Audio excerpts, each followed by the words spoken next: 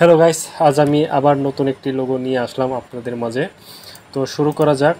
তো এখানে শুরু করার জন্য আমাকে প্রথমে ক্রিয়েটিভ মাস্টার লোগো বানাতে হবে। তো এখানে দেখেন সিএম দিয়ে লোগো বানাতে হবে। তো আমি এই লেখাগুলো আমি নিচে রাখলাম। আমি এখানে সিএম দিয়ে লোগো বানাবো।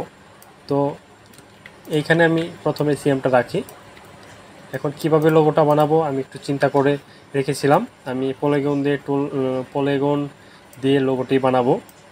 তাই আমি এইভাবে টান দিলাম, শিফটে ধরে এটি ঘুরিয়ে দিচ্ছি। ঘোরানোর পর এটুকু ধরে আমি উপরে টেনে দিচ্ছি।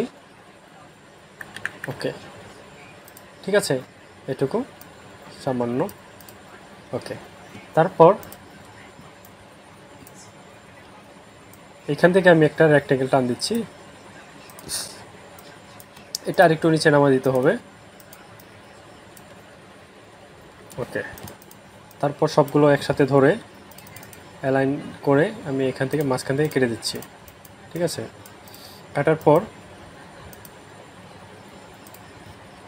এখানে কাটাটা একটু বেশি বড় হয়ে গেছে, আমি ছোট করে দিচ্ছি, কেটে দিলাম। তারপর এখান থেকে অফসেট পাথ করে দিচ্ছি, আমি -20 করে দিচ্ছি। আরও বেশি দিতে হবে, -30 করে দিলাম।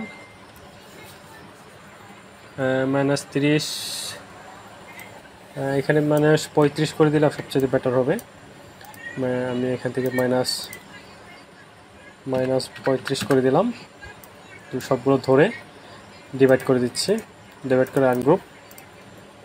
এইখানের যে অংশটা আমি রিমুভ করে দিচ্ছি এবং এই অংশটা আমি নিচে রেখে দিলাম। এইভাবে রাখার আগে আমি এইখানে একটা শেপ দিতে হবে আমার। এর জন্য কি করতে হবে, আমি এখান থেকে আলাদা একটা শেপ তৈরি করছি।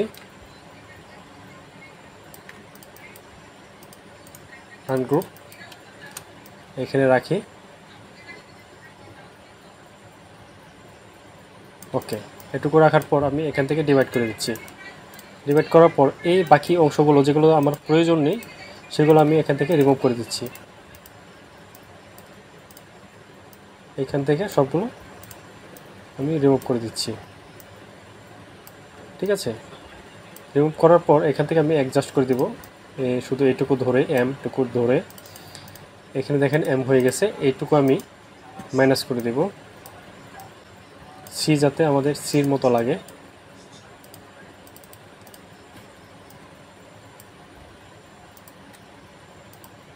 ওকে, এখন দেখেন এম এবং সি এটুকু আমি ছোট করে দিলাম, গ্রুপ করে দিচ্ছি এবং এই ক্রাউনটা আমি এখানে বসাবো।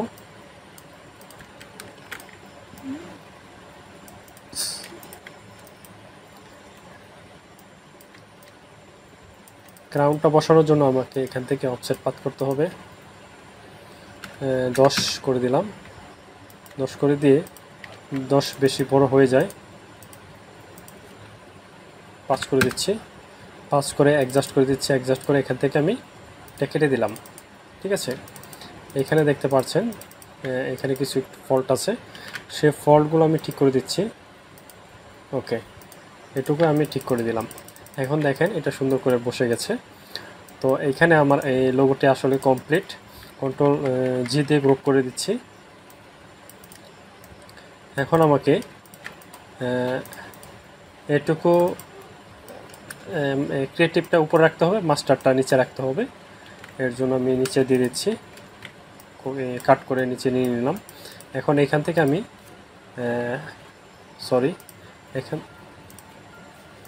এইখান থেকে আমি এই ফন্টটা দিয়ে দিচ্ছি। এই যে এখানে দেখতে পাচ্ছেন এথনোসেন্ট্রিক ফন্ট। ওকে, এটুকু ছোট করে দিই। ছোট করার পর ক্রিয়েট আউটলাইন করে দিচ্ছি, একটু বড় করে দিই। এখন এটাও দিয়ে দিচ্ছি সেম ফন্ট। ওকে, এখন আমি এখানে কিছু কাজ করতে পারি, আরও কিছু কাজ করতে পারি। এখানে কিছু ক্রিয়েটিভ কাজ করে দিই। 500 করে দিলাম, 500 না করে 1000 করে দিচ্ছি। স্পেসিং 1000 করে ছোট করে দেই।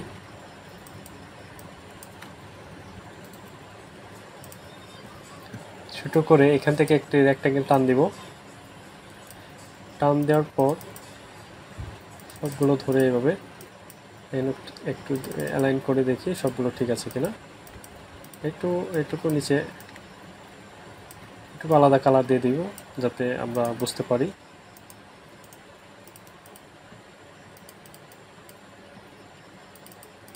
ওকে, এখন এখান থেকে আমি এই শেপটি টান দিব। এর যে শেপটা টান দিলাম, এটা আরেকটু ছোট করে দিই। ওকে, ঠিক আছে। এখন আমি এটা কেটে দিচ্ছি। এটা আমি আউটলাইন করে দিচ্ছি। আউটলাইন সরি, এখানে ডিভাইড করে দিলাম। ডিভাইড করে এখান থেকে অফসেট পাথ করে দিচ্ছি। এই অংশগুলো কেটে দেব, এই অংশগুলো কেটে দেব।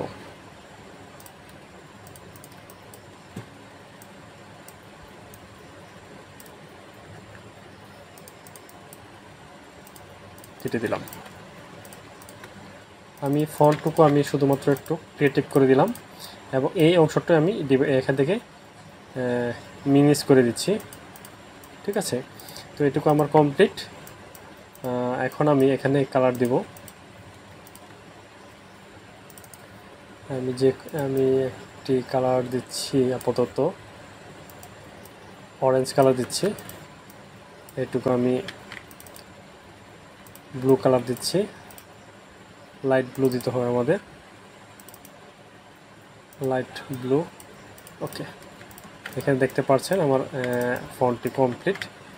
এখন আমাকে একটু ছোট করে এখানে সুন্দর করে বসাতে হবে এবং এইখানে সি এটি আমি ব্লু কালার দিয়ে দিচ্ছি এবং এটি আমি এটা দিয়ে দিচ্ছি এবং এখানে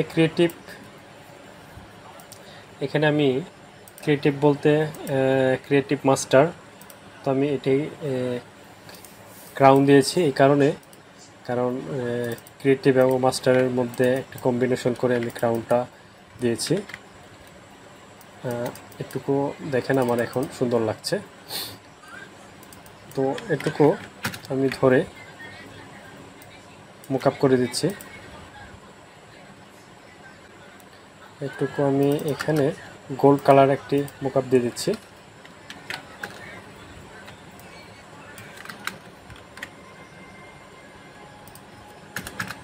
তো এখানে দেখতে পাচ্ছেন খুব সুন্দর লাগছে ডিজাইনটি। তো আশা করি বুঝতে পেরেছেন। যদি ভিডিওটি ভালো লেগে থাকে অবশ্যই একটি লাইক দিয়ে শেয়ার করে দিবেন এবং আমার চ্যানেলে যারা নতুন তারা সাবস্ক্রাইব করে পাশে থাকা বেল আইকনটি বাজিয়ে দেবেন। ধন্যবাদ সবাইকে।